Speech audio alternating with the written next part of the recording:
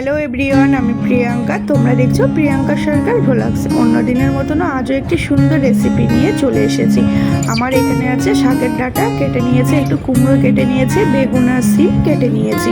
এবার কড়াইতে দিয়েছি তেলটা গরম হলে তার ভিতরে পাঁচফোড়ন দিয়েছি, দিয়ে আমি চিংড়ি মাছ নিয়েছিলাম, চিংড়ি মাছটাও দিয়েছি তেলের উপরে। আর কেটে রাখা সে বেগুন, কুমড়ো, সিম দিয়ে একটু নেড়ে চেড়ে তারপরে ডাঁটাটা দিয়ে দিয়েছি। এর ভিতরে হলুদ, লবণ, একটু মিষ্টি দিতে হয় আর কাঁচা লঙ্কা, কারণ ডাঁটা তো পানসা হয়, ভালো লাগে না খেতে, সেই জন্য মিষ্টি দিতে হয়। তোমরা এর ভিতরে জিরে, আদা, একটু সরিষা, রসুন, 1 থেকে 2 কোয়া রসুন বেটেও দিতে পারো। আমি এখানে কোনো বাটাটা ইউজ করিনি, কোনো মশলা দেইনি।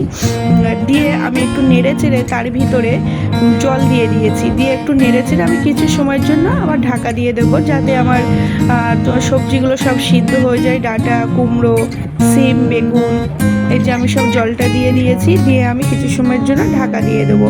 আর বন্ধুরা, আমি একটু ধনেপাতাও দিয়ে দিয়েছি, দিয়ে আবার কিছু সময়ের জন্য ঢাকা দিয়ে দেবো। বন্ধুরা, এই তরকারি খেতে কিন্তু খুব সুন্দর লাগে। এটি কিন্তু রুটি দিয়ে খাওয়ার উত্তম তরকারি, আর দেখতেও কিন্তু খুব সুন্দর লাগছে। আমি ঠিক নামানোর আগে দিয়ে দিয়েছি ভাজা মশলা। তোমরাও একটু বাড়িতে ভাজা মশলা করে নেবে, জিরে, ধনে, একটু তেজপাতা, মৌরি দিয়ে এইসব দিয়ে একটু ভাজা মশলা করে নেবে। আমি বাড়িতেও করে রাখি। সেই ভাজা মশলাটা দিয়ে একটু নেড়ে চেড়ে আমি নামিয়ে দিয়েছি। দেখতে কিন্তু খুব সুন্দর লাগছে আর খেতেও খুব সুন্দর হয়। এই যে চচ্চড়িগুলো, ডাঁটা দিয়ে, বেগুন দিয়ে, চিংড়ি মাছ দিয়ে চচ্চড়িটা, তাহলে তোমরাও বাড়িতে একটু এভাবে ট্রাই করো। আর তোমাদের সবাইকে টাটা।